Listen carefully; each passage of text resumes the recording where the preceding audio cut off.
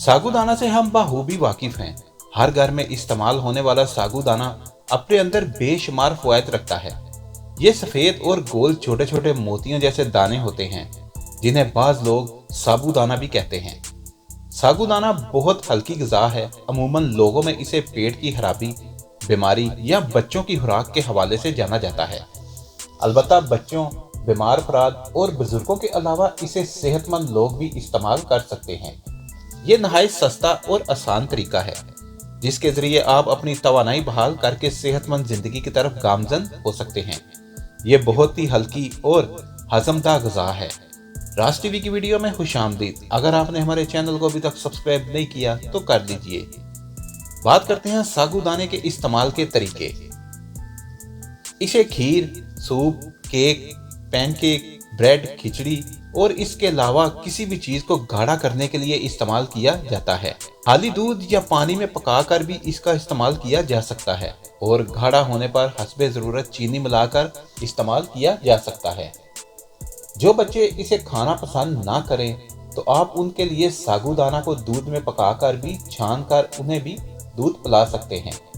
इसे आलू में मिलाकर इसके मज़ेदार कटलेट्स भी बनाए जा सकते हैं। इसकी खीर में बलाई, खोया, पिस्ता, बादाम मिलाकर मिट्टी के प्यालों में जमा कर खाएं। चाहें तो अरके गुलाब या केवड़ा शामिल कर लें। अब बात करेंगे सागूदाने के फ़वायद के। सागूदाना में छुपे हैं सेहत के वो फ़वायद जो आपके लिए मुफीद साबित हो सकते हैं। नंबर 1, पट्ठों की अफजाइश में मदद। इसे आप अपनी रोज़मर्रा की ग़िज़ा में शामिल कर सकते हैं। सागूदाना आपको एक सेहतमंद प्रोटीन फराहम करता है। सागूदाना का इस्तेमाल पट्ठों की मजबूती के लिए किया जाता है। नंबर 2, हड्डियों की नशोनुमा को बेहतर करता है। इसमें मौजूद कैल्शियम, आयरन और फाइबर हड्डियों की सेहत और लचक को बेहतर बनाने में बहुत अहम किरदार अदा करते हैं। इसका इस्तेमाल आपको पूरे दिन में होने वाली थकावट से निजात दिला सकता है। इसके अलावा इसे बच्चों की इब्तदाई ग़िज़ाओं में भी शामिल किया जाता है ताकि उनकी हड्डियों में जान आए और कद बढ़े। नंबर 3, ब्लड प्रेशर कंट्रोल रखने में मुआविन। इसका एक और मज़ीद फ़ायदा ये है कि ब्लड प्रेशर के मरीज़ अगर इसका इस्तेमाल रखें तो वो बआसानी अपने ब्लड प्रेशर के मसले पर काबू पा सकते हैं। इसमें मौजूद पोटेशियम खून की गर्दिश को बेहतर बनाकर आपके कल्बी के सही तरह काम करने में मुआविन साबित होता है। नंबर 4, तवानाई के फ़रोग के लिए।